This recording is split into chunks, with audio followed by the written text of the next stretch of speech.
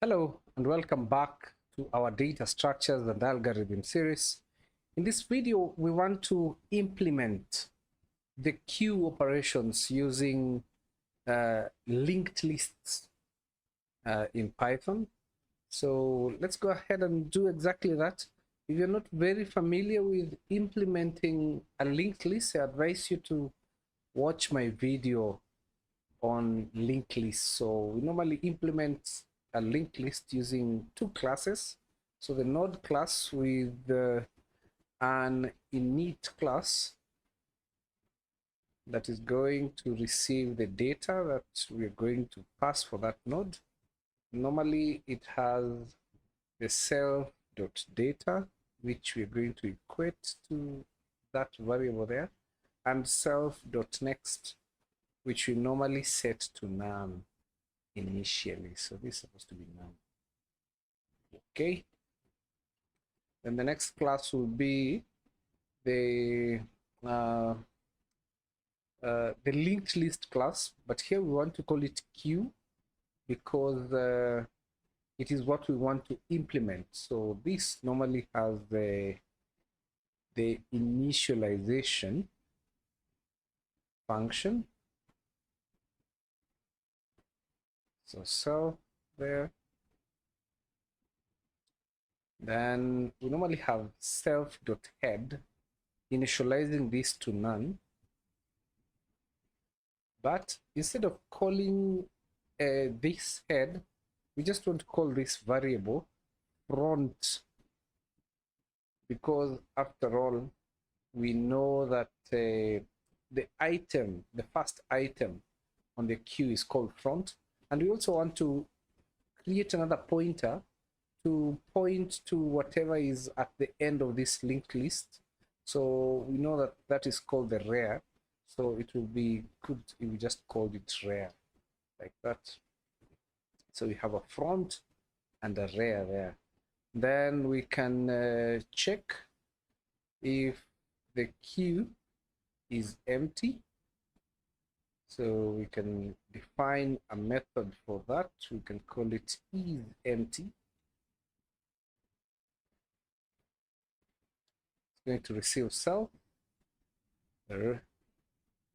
Then here we can tell it to return self.front is equals is none.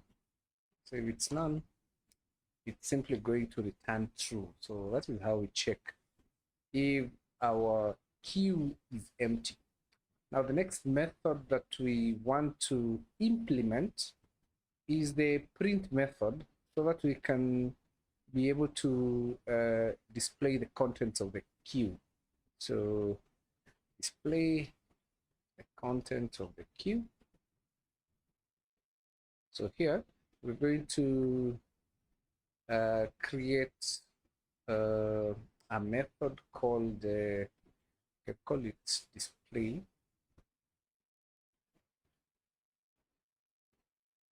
And the first thing we want to check is if the list is empty. So if self dot, we call the is empty function, if that is empty, we want to print that the queue is empty. Else we want to print the content. To print the content, we want to declare a variable current, which we are going to assign to the head of the linked list. So self.front, then we can use a loop to loop through current. So while current, we want to print current.data like that. Then here we can do current, we can update current is equals to current.next. So we update current to the next node, just like that. And that will be able to print for us our queue. So we can actually now test this by creating the queue. So we can, again, just like last time, we can create a fruits queue, and to do that we'll just call queue like that, and to be able to see if the print function is working, we can print the elements of the queue. We can call fruits dot display. So Control S to save, Control Alt N to run, and at least we've tested this first part. So indeed the queue is empty for now. So let's do a function to add items to the queue. So add items. Add items at the back of the queue. So that is at the rear of the queue. So to do this, we need to define it. So we define an enqueue method. Enqueue, it's going to receive the item that we want to add. Yeah, like that. Then we can create a new node. So new node is equals to, we now use the class we created, which is supposed to receive the item. So this is going to create the node from the node class. So we have to pass it the data. So that is what we are calling item here. Or for consistency, let's just call it data by the way. Data. Good. Then here, we need to check if the rear is none. So we want to check if the last node really has been set. So to do that, we are going to use if self.rear. If self.rear is equals to none, is none. So if self.rear is none, you remember here on the initialization, we are equating self.rear to none. So if it's none, it simply means that we do not have any node in this particular queue. If it's none, we do not have any node. Because if we have any node, then self.rear will have some value. So because we do not have any other nodes, now it means we can add a node. And to do that, we are going to equate self.front to the new node.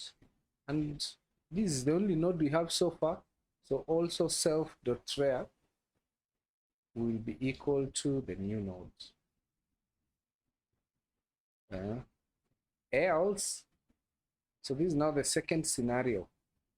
The first scenario is catering for if we do not have any other nodes, then we do this. Otherwise, if we have a node already, then we want to say self.rear.next. We want to point self.rear.next to the new node. Then we point self.rear to this particular new node.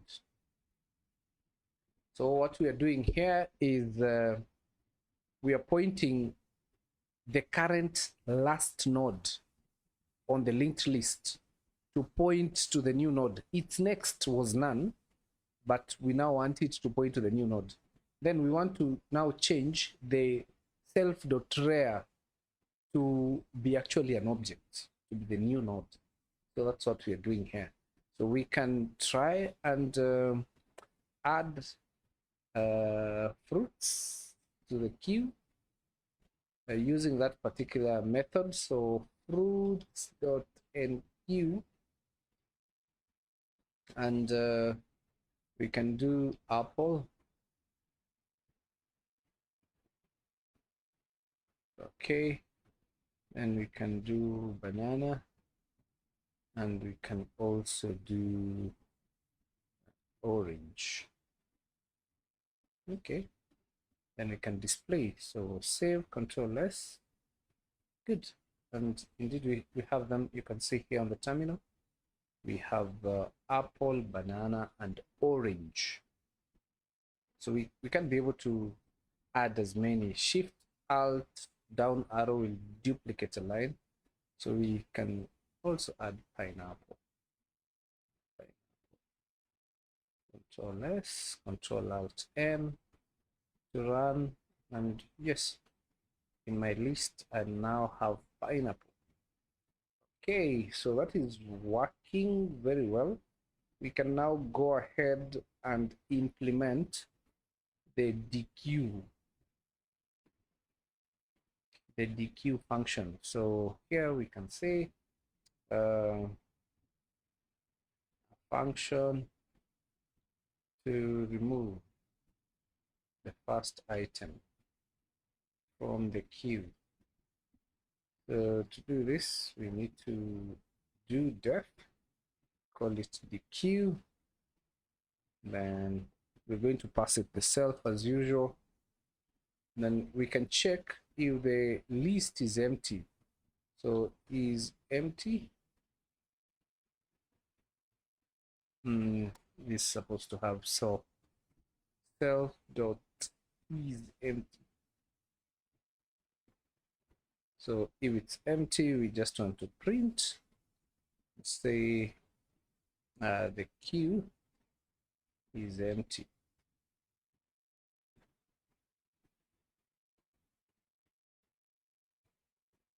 Then we can get out. Else we want to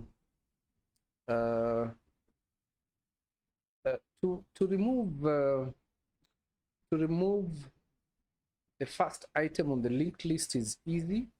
You simply set self.front to be equal to self.front.next. So that is what you need to remove. Now this, yes, will remove it, but what if this item is also the last item and it's the only item? So that means that we also need to update rare. So if front.next is equals to none, so this is how we do it. If self.front, remember we've just updated self.front to self.front.next. So if that one is equals to none, it means that that is actually the last node that we are deleting, and therefore self.rear should also be updated to none. Then here we can just return. So that is it about the dequeue function. Again, the first bit, we're just checking whether the queue is empty. If it's not, we want to update front to point to the next node so that we ignore the first node. And if the next node it's pointing to, its next is actually none, we also want to update rare to none, so that if we add anything, and then we can be able now to update both front and rear to the new node, because it means that was the last node. So I'll just save this, then okay, we can remove a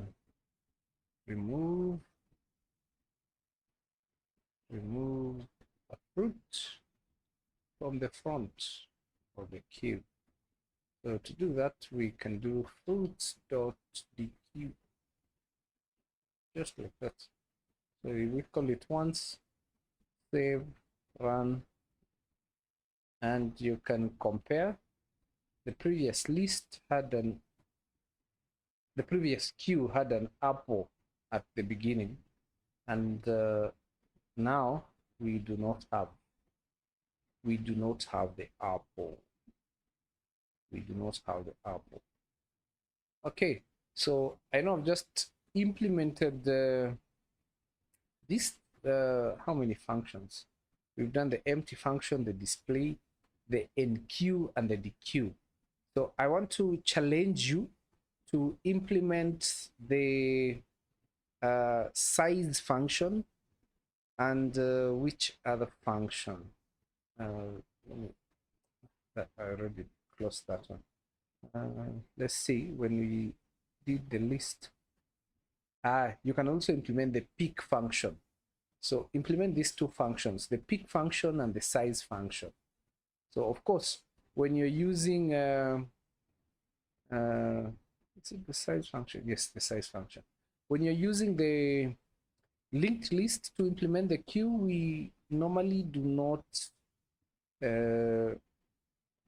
limit the size. So we cannot implement the isFull function for the linked list implementation of a queue. So your challenge is to implement the pick and the size function, which I have not done here. So that is it for this video. Thank you so much for sticking to the end.